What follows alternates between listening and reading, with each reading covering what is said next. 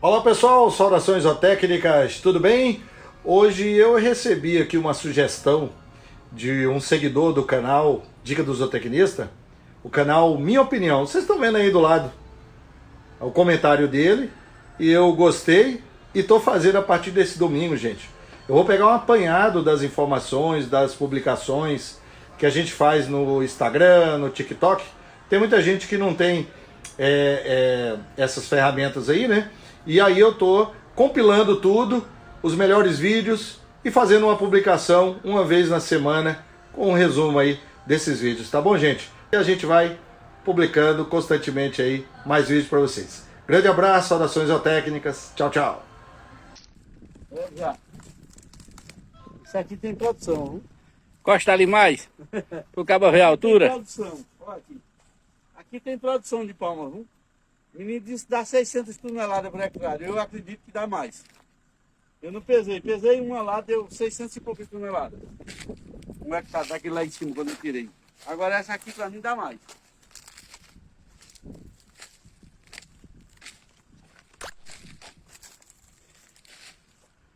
Aqui tem, viu? Tem. Ah, tá mais alto que eu, tá, ué. Tá. Tá mais alto que eu. Eu tenho 1,78 m. Ela tá quase 2 metros já, né? Qual a idade, Tibu, dessa palma? Essa tem 3 anos. Realmente isso que vai em torno de 600 toneladas por hectare. Tem um bocado de tonelada de palma, não tem? Agora essa palma, você pode passar para tudo. Você pode ficar dizendo aí aquela sacadura.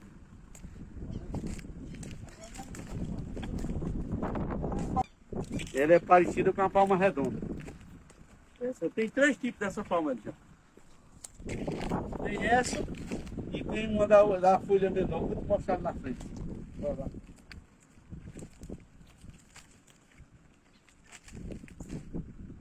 Já estou fácil em cima, se quiser.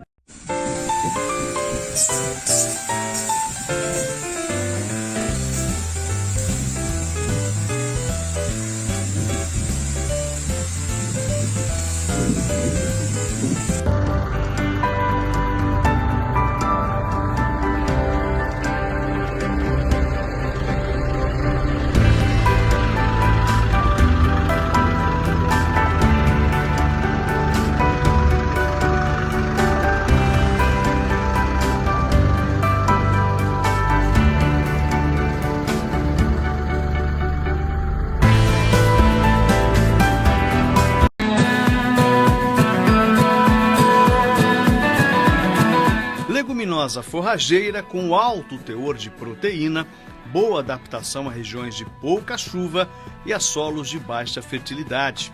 Fixa nitrogênio biologicamente e é uma grande alternativa para compor a alimentação dos animais nas regiões semiáridas do Brasil.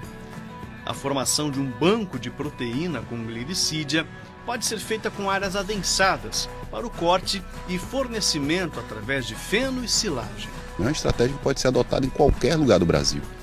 Tem algumas regiões que elas requerem maior necessidade por conta da estação produtiva. Nesses locais onde você tem um pequeno período de chuva e você tem uma limitação de produção, então é importante ter um banco de proteína como esse daqui, que a gente está por conta da produção de biomassa, mas mais importante é a geração de um produto que é caríssimo, que é a proteína para a alimentação dos animais. É muito interessante isso, porque aqui vocês têm o período do ano que vocês têm que produzir comida para se preparar para seca, né? Exatamente isso, né? Diferente de alguns lugares, você tem também seca no centro-oeste, mas você ainda consegue pastejar durante esse período. Aqui não. Então a alimentação ela praticamente cessa durante uma parte do ano e os animais eles têm que ser suplementados no período seco. E esse banco de proteína é importantíssimo nessa suplementação. Associado ao banco de proteína, a gente vai ter a silagem que é feita todo ano, obrigatoriamente tem que ser feita para esse período, e o uso da palma forrageira também, que é uma estratégia de conservação de alimento também. Apesar dela estar em pé, dela estar lá no lugar, mas é uma estratégia de conservação a palma forrageira. E o banco de proteína também. É importante estar atento aos detalhes da formatação do banco de proteínas, principalmente em relação à quantidade de plantas por área e ao espaçamento entre elas. Banco de proteína com glicídia para banco de proteína, a orientação da Embrapa é que você trabalhe com 10 mil plantas por hectare. 10 mil plantas por hectare vai ser um espaçamento de 1 metro entre plantas na linha e 1 metro entre plantas dentro da rua da própria planta. 1 metro entre plantas e 1 metro entre linhas, né? Então vai ter 10 mil plantas. Aí você vai ter uma produtividade aí próximo de 20 toneladas de matéria seca por hectare ano, com 2 a 3 cortes por ano da glericídia, a depender da região. Nessa nossa região aqui, que tem uma precipitação perto de 750 a 800 milímetros, a gente tem de 3 a 4 cortes anuais, com a produtividade perto de 20 toneladas de matéria seca ano. Agora, quais são os principais erros que o produtor comete na hora de implantar um banco de proteína como esse?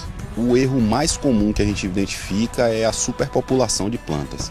O produtor muitas vezes coloca planta demais num espaço menor, num espaço pequeno, não atendendo essa recomendação da gente de 10 mil plantas por hectare.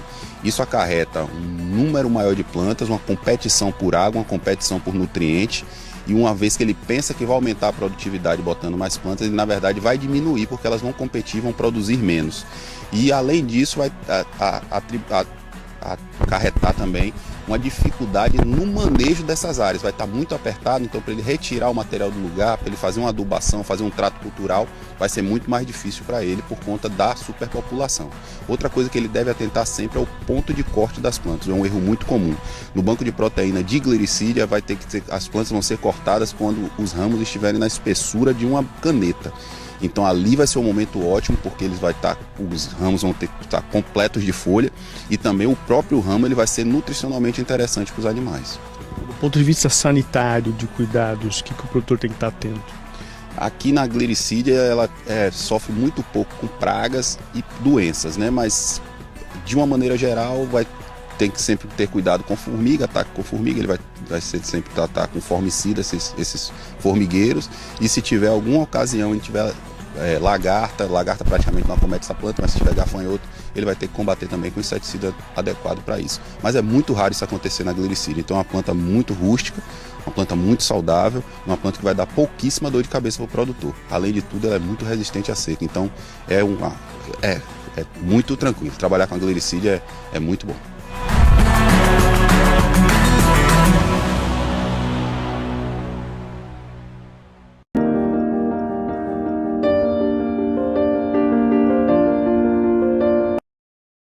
Assim, com a ajuda tão especializada das universidades como a Rural de Pernambuco, a Unesp de Jabuticabal e outras, vieram mais alternativas. Tipo essa folhagem aí. Olhando assim, meio de longe, você jura que é mandioca. Só que mais de perto a gente vê que, ao contrário da mandioca, essa plantação tem folhas da base até o topo dos pés.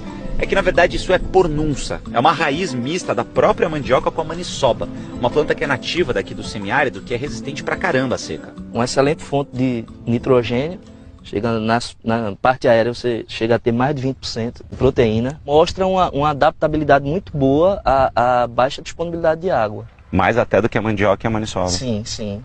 Os resultados indicam isso. E a questão dela ser tolerante aos cortes. Né? Colhe, né, utiliza e ela cresce de novo.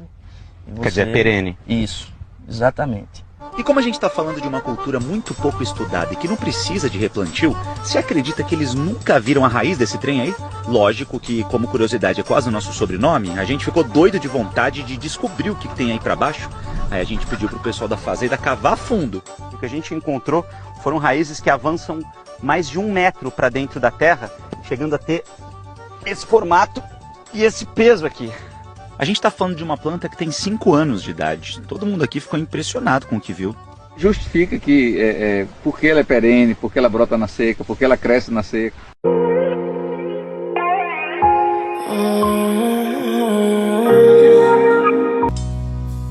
Tempos e vidas cumpridas, pó, poeira, estrada, histórias contidas nas encruzilhadas, em noites perdidas no meio do mundo, mundão cabeludo onde tudo é floresta, campina silvestre, mundão cabanão.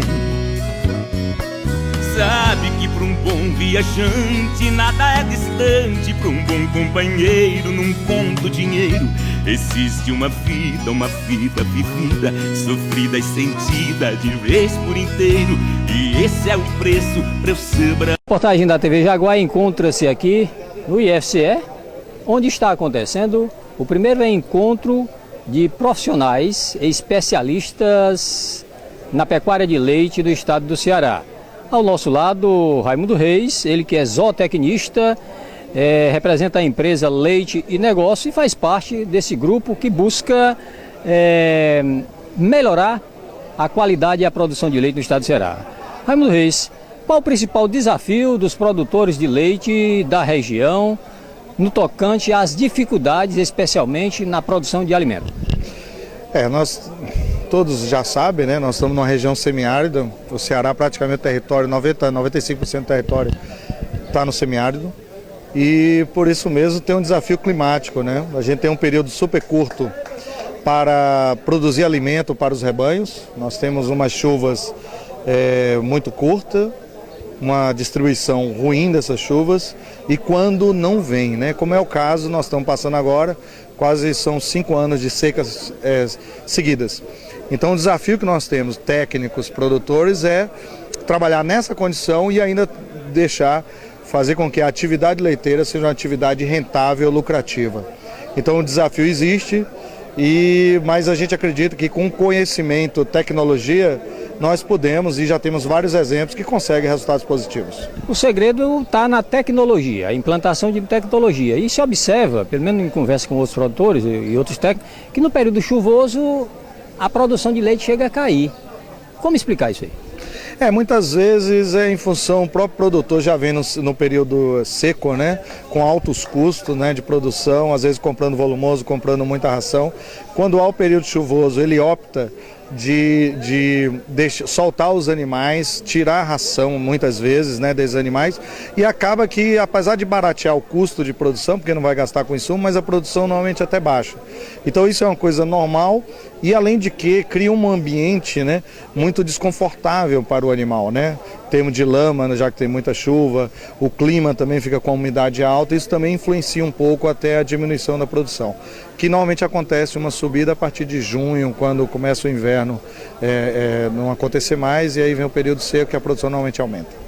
O Luiz Girão, em cima da serra, ele tem sido um pioneiro na implantação de novas tecnologias, como a produção de leite à parte. Como é que o senhor avalia essa nova tecnologia nas condições climáticas que nós enfrentamos? É muito importante dizer que a pecuária, o estado do Ceará é bastante heterogêneo, né?